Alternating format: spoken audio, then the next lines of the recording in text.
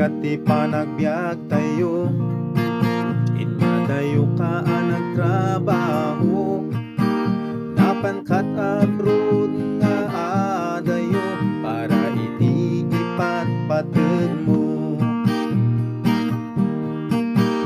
Inanusam di madayo, para kadagiti anak mo. Kalaban mo, gagat ng sakripisyo.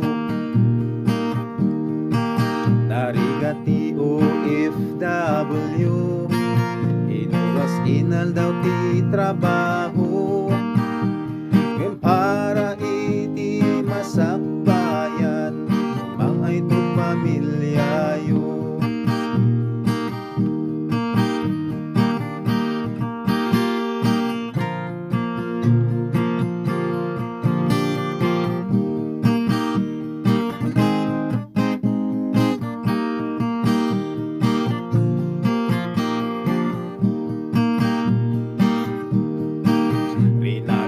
Nakarot banot mo, gapit trabaho di tayan mo, inananusam nakaro nga iliw mo, tapno makaurnong ka iti husto.